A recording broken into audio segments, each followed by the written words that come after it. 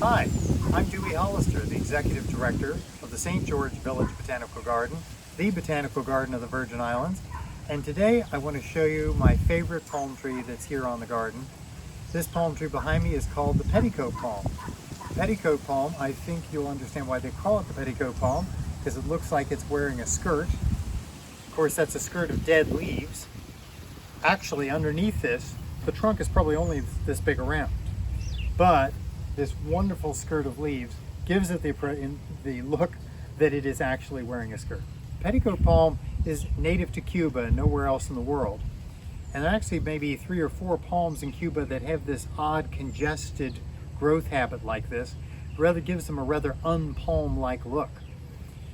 Nobody completely knows why these species grow something like this, but it could be to gather things into the top to help fertilize the plant. And I'll give you an example. If there were other trees around, their leaves or fruits or other things could get caught in this funnel-shaped leaves at the top, funnel down, fall down to the roots of this plant, rot, and fertilize the tree. So you can imagine that the tree may be in its Cuban homeland, living on very, very poor, depleted soils. In old age, and I've seen these in old age in Cuba, they develop a clean trunk, and they may be 4 or 5 times as tall as this.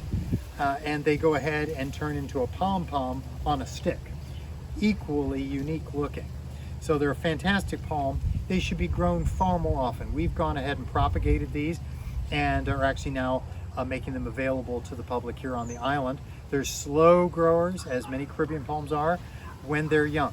As they age, they get a little bit faster. Even since I've been director here in the last 5 years, these have gotten considerably, noticeably larger. But yet I was actually visiting the garden years ago when they were planted and they were just little guys. So these palms are probably a good 30 years old or more from seed. So they're certainly not a fast growing palm. But think Petticoat palm if you want a unique palm in your garden. I'll give you one last little factoid. It has a close relative in Cuba that actually is believed to be potentially carnivorous. So I'll leave you with that interesting thought. Hey, before I go any further, we have a visitor. This is Marley, the garden dog. And there she goes. Hey, Mama. And she is a super friendly mascot here at the garden. She found us and decided to stay. So we got her fixed and here she is. So if you come to the garden, you get to see Marley.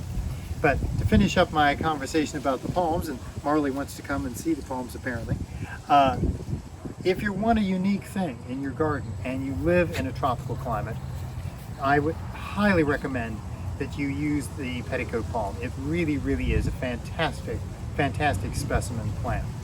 Well, thank you for letting me talk to you today about my favorite palm and meeting our garden dog today. And I look forward to seeing you in the Botanic Garden next time.